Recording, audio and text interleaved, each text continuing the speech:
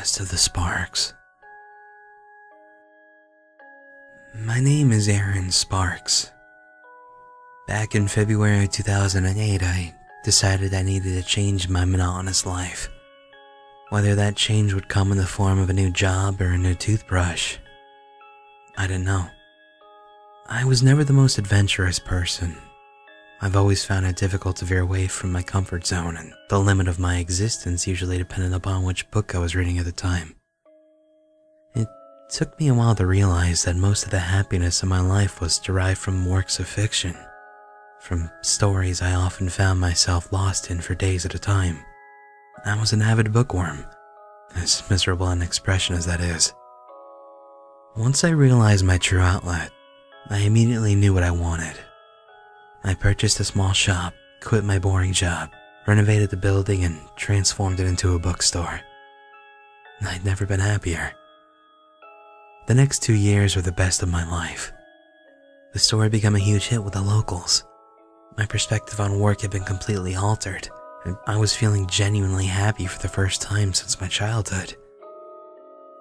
It was during the winter of 2010 that she walked into my store. She stepped inside out of the snow and approached me with a large bin bag. Etchings of age covered her pale face and hands. She must have been at least 80 years old. Slamming the bag on the counter, she simply said, "These are for you." I looked inside the bag to find a selection of some of the greatest novels ever written. "Why?" I asked, confused. "Do you want money for these, or some kind of book trade?" "No, they're yours to have," she said. "Take them." A feeling of unease swept over me as I stood in the woman's presence. Her dirty gray fringe slightly concealed her face as a cold gaze met my vision.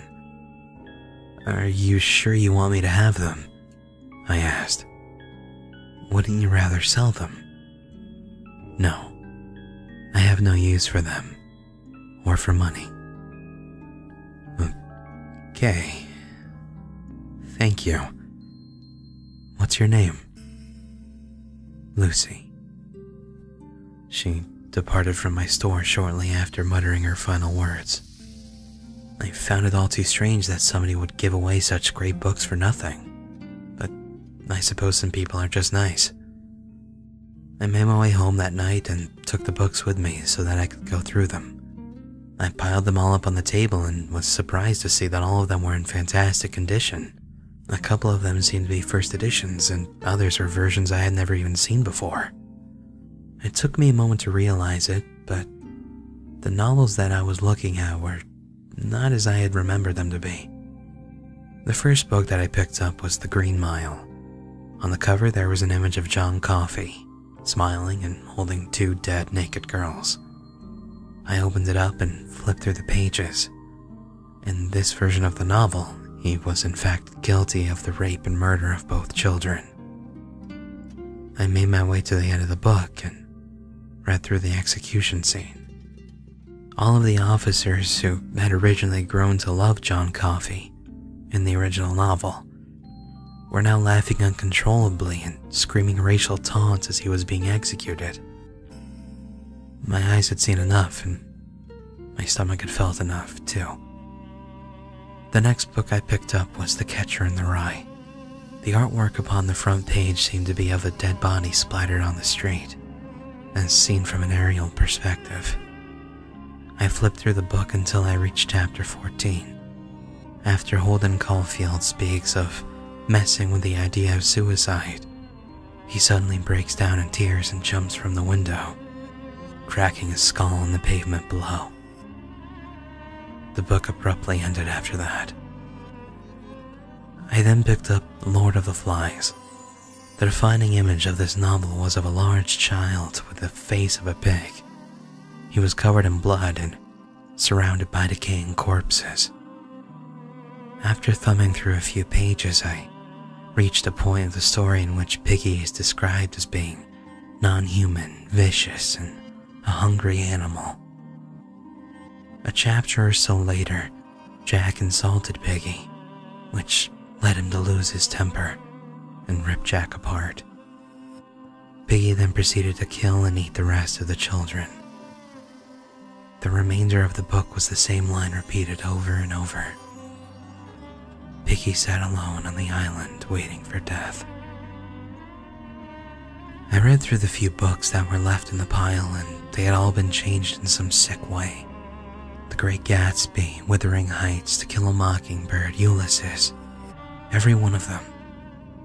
Just as I reached the bottom of the pile, I noticed that the final book was one that I've never even heard of before. It was called Last of the Sparks. Considering the contents of the other books thus far, I found the inclusion of my last name in the title unnerving. Still, it was just a book. The cover was of 6 gravestones, with words too small to be read, etched into the granite.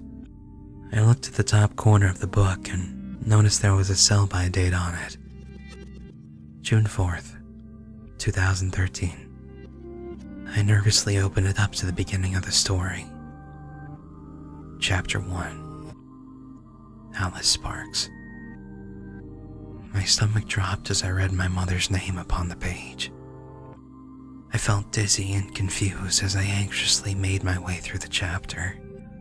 It seemed to detail a regular day in the life of the character. That is until I reached the last page. Alice was crossing the road when the heel of her shoe broke, causing her to fall. She didn't get to her feet fast enough and a speeding car struck her, puncturing both of her lungs. I felt sick to my stomach. I put the book down and went straight to bed, hoping for some sleep. As it turned out, that was wishful thinking. I lay awake for most of the night as innumerable questions ran through my mind. By daybreak, I had managed to get a couple hours of sleep, but only after I spent an hour convincing myself that there was nothing to worry about. It's just a book, I told myself. It's just a book.